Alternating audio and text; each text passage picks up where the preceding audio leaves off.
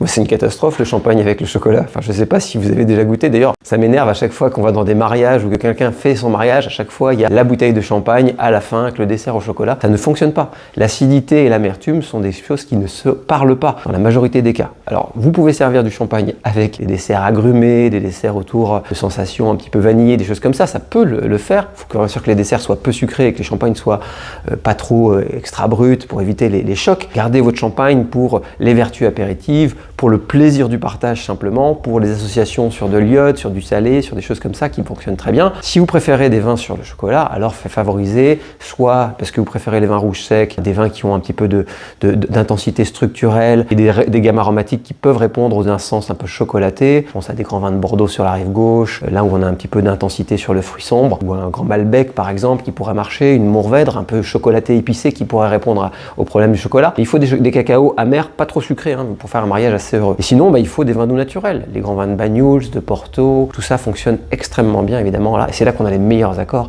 puisque c'est bien connu, avec un petit carré de chocolat noir, on aime bien des fois avoir un fruit un peu confit, une petite marmelade, quelque chose. Et c'est la réponse évidemment aromatique de ces grands vins doux naturels.